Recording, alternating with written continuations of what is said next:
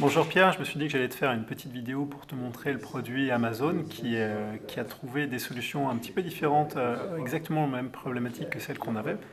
Donc voici, voici la coque qu'il propose. Donc tu vois, les contacts sont faits par des pins en bas, je ne sais pas si c'est très net. D'accord.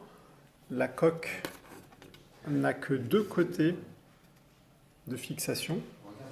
D'accord. Ce qui fait que les côtés sont libres. Et le connecteur se présente comme ceci, avec quelque chose qui s'enfonce et se retire.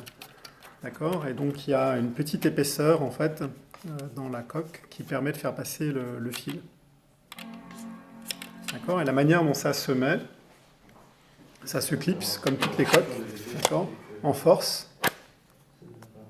Et j'ai vu des gens qui étaient très inquiets sur le fait que ça pouvait glisser d'un côté ou de l'autre. En fait, ça tient super bien. Je ne sais pas comment ils ont fait, ça tient super bien et c'est impossible de l'enlever en latéral, même en poussant.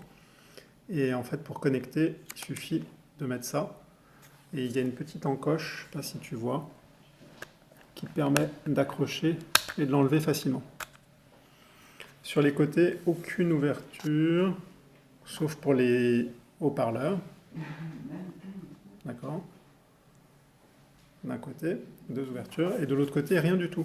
Donc il y a un port SD qui est occulté, parce qu'en fait ça sert une fois, et puis après tu n'y penses jamais. Et l'avantage, le gros avantage, c'est que tous les boutons sur le côté, de l'autre côté il n'y a rien en fait, hein, et tous les boutons de ce côté sont très accessibles, puisque par construction, rien ne vient bloquer l'accès, et en particulier sur les changements de volume, puisque sur notre coque c'est un peu compliqué de changer le volume. Voilà, écoute, je voulais partager ça avec toi parce que je trouve que c'est une conception très élégante et surtout très robuste et simple. Donc j'aimerais savoir ce que tu en penses. Le retrait, enfin voilà, c'est vraiment bien foutu. On en parle.